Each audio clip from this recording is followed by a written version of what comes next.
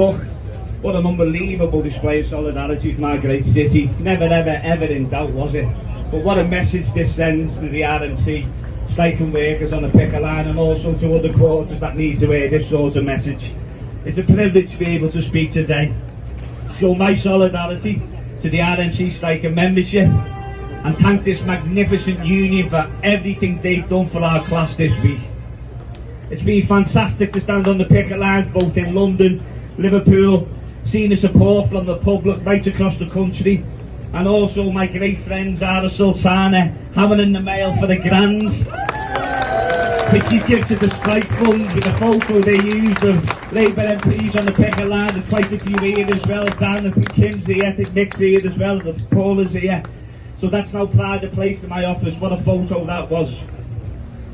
From the greatest Twitter feed in the world, slaying trolls and Tories with humour and facts, a joy to behold.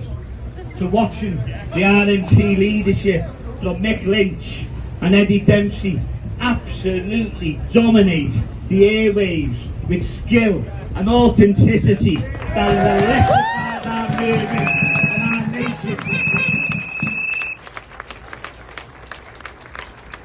To make a TikTok in a minute explaining to millions the injustice of capitalism is a rare skill, and we owe the RMT so much for this lesson in political education, which my word is resonating throughout this land right now.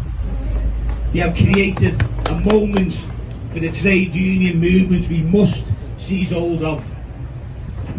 We must use this moment to begin to rebalance the scales of injustice which is waged against the working class. This is the moment when the country is saying enough is enough. I'm looking for answers.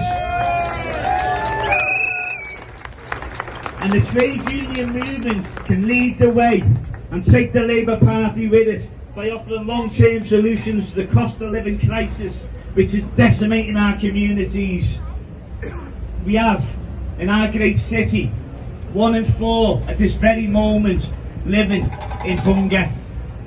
Yesterday, in one of the food pantries that we run with Support Food Banks in West Derby, I spoke to a district nurse in full uniform, a mum who was on the verge of losing her home because of 12 years of wage stagnation. It's absolutely criminal, and it cannot carry on. The system is completely broken for millions of people in this country. Enough is enough. We cannot tinker around the edges of poverty. We cannot stand by while profiteers destroy livelihoods, extracting profit for shareholders at the expense of the workers. Enough is enough.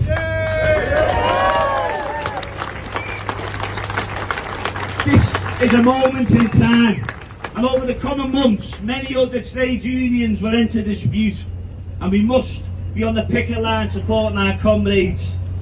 I'm hoping to be with the barristers next week outside the Old Bailey, who is striking for decimation of legal aid. And we will see many trade unions demanding fairness, and we must support them. We must leave no stone unturned and put everything into this growing movement for change. The present and future generations in this country demand our fight, demand our support, and they must get it by challenging this pernicious government and system. Enough really is enough. I'm going to leave you with the words of the great James Connolly, and it's a pertinent message for some in this movement. Don't be practical in politics.